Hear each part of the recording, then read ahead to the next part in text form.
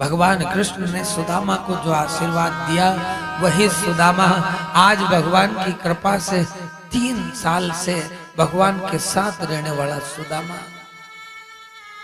लोग कहते सुदामा जी ने भगवान के चावल खाए थे, चने चुराए थे। सुदामा जी ने तो मित्रता की थी साहब। मित्रता जहां होती है, जहां प्रेम होता है, वहां लड़ाई झगड़े नहीं होते। मित्र मित्र के बीच में कभी भी सुख दुख की बातें जरूर हो सकती है, पर कभी भी मित्र मित्र में बैर। वो जो चावल की पोटली थी ना, आश्रम में पड़ी थी, वो चावल की पोटली एक चोर ने एक बुढ़िया के पास से चुराई थी, और उस बुढ़िया ने उस पोटली के उस चने को खाने के लिए रख के रखा था कि दुख सुख में मैं वो चावल चने खा लूंगी। लेकिन वही चोर आज धन के साथ में उस पोटली को भी चुरा लाता है।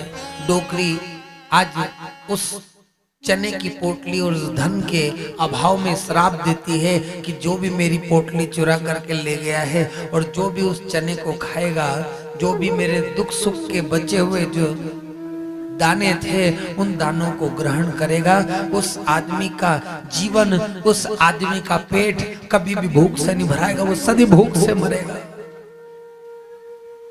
चोर ने वो चावल, वो पोटली जो चने की थी, वो ऋषि के द्वार पर फेंक दी। अब वो जब ऋषि के द्वार पर पड़ी थी, उस पोटली को उठा करके गुरु माता ने देखा और भगवान कृष्ण सुदामा को दे दिया। वही पोटली लेकर के भगवान कृष्ण सुदामा जंगल में गए। जैसे ही सुदामा जी के हाथ में आई, उन्हें एहसास हुआ कि ये पोटली के चने और ये दाने अच्छे नहीं है। छुपा करके रखा। कृष्ण से झूठ बोला कि मित्र मेरे पास चने नहीं है, कहीं गिर गई। सोचा ये कृष्ण आकर के नीचे देख लेगा तो ये इस चने को खा लेगा, और मेरा मित्र द्वारिकाधीश बनने वाला है, यदि ये चने खा लेगा तो भूख और इसका राजपाट सब खत्म हो जाएगा। इसलिए मैं इन चनों को खुद खा लेता हूँ। सुदामा जी ने वो श्रापित चने जो थे उस डोकरी माँ के हाथ के, वो खुद खा लिए। अपने मित्र के ऊपर आंच न आन दे, ऐसा मित्र है सुदामा। और लोग कहते सुदामा गरीब था। अरे अपने मित्र के ऊपर आंच न आने दे, ऐसी मित्रता रखो, प्रेम रखो, ऐसा संसार में संबंध बना करके रखो। ये संसारी लोग कभी भी तुम्हें मना कर सकते हैं, लेकिन परमात्मा से बनाया हुआ संबंध कभी भी दुख नहीं देता है। तंदुल 3 मुट्ठी का डारी, दीर सुदामा को दुख टारे। आज सुदामा जी ने पोटली खाई और उस पोटली के चने खा लिए। वही सुदामा आज भगवान कृष्ण से झूठ बोलता है। क्यों बोलता है? कि मेरे कन्हैया को दरिद्र की ना आए। भगवान भी रोते हैं कि हे मित्र, ये तूने क्या किया? अरे मैं तो भगवान हूँ, मेरे ऊपर यदि श्राप भी लग जाता, मेरे ऊपर यदि दुख आता, मेरे ऊपर किसी की हाय भी लग जाती तो मैं उसे झेल सकता था, लेकिन मेरे ऊपर ना आए, इसलिए तूने चने खा लिए। उस दिन से मेरे कृष्ण ने खाना पीना सब कम कर दिया। भगवान कहते हैं ये भूख है ना आदमी की, कभी खत्म नहीं होती। कभी काय की भूख, कभी काय की भूख, कभी काय की भूख, ये भूख खत्म नहीं होती इंसान की। भूख को खत्म करना है तो सुख को दूर रख दो।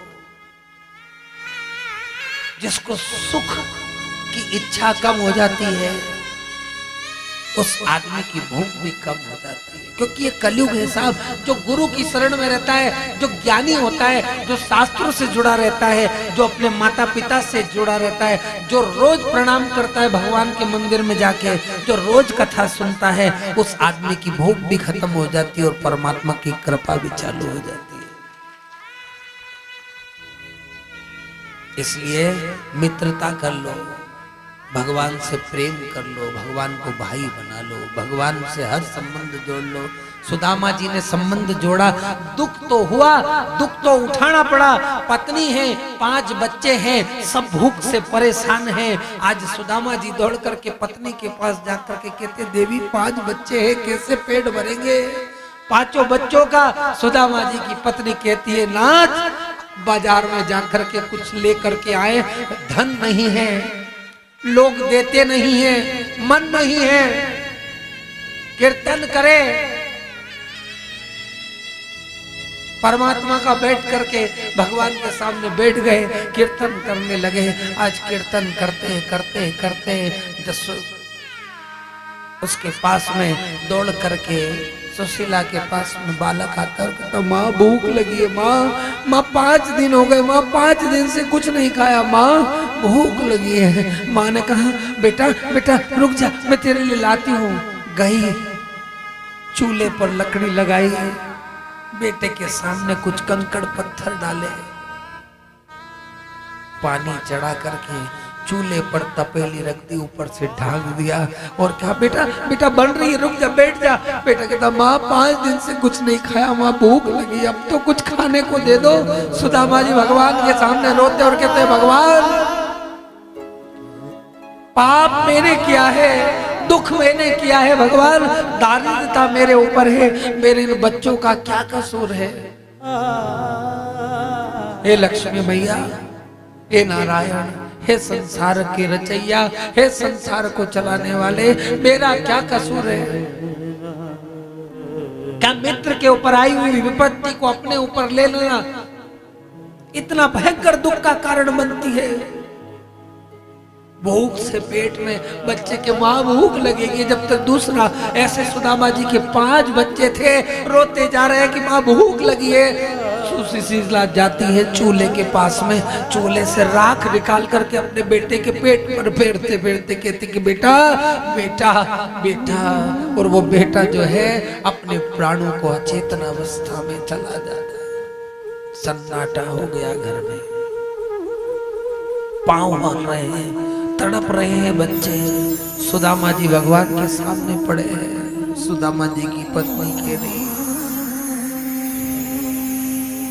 फटी तन की धोती, दिखे सर की चोटी,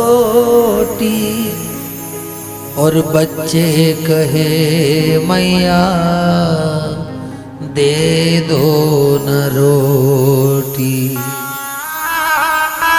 सुशीला रो रही है, भगवान से कह रही है, भगवान सब कुछ देना पर गरीबी मत देना।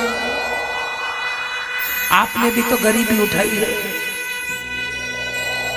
कैसे गरीबी में हमने दिन काटे हैं हमें पता है। कैसे कैसे ला ला करके बाबूजी कई कहा से कई ला करके घर में पेट भरने वाले आज इतना सारा वैभव और इतनी संपत्ति देख करके भी खुश नहीं होते, क्योंकि संपत्ति वाले के पास संपत्ति तो है पर मन नहीं है, तो वो संपत्ति कोई काम की। इसलिए भले ही संपत्ति नहीं हो, मन हो, मन होगा तो परमात्मा तुम्हारे मन के अंदर प्रवेश करके एक दिन तुमको अपने आप से बुला देगा, एक दिन तुम्हें अपने आप से मिला देगा। लेकिन यदि संपत्ति का घमंड है तो परमात्मा संपत्ति भी खत्म कर देता है और तुम्हारा जीवन भी खत्म कर देता है।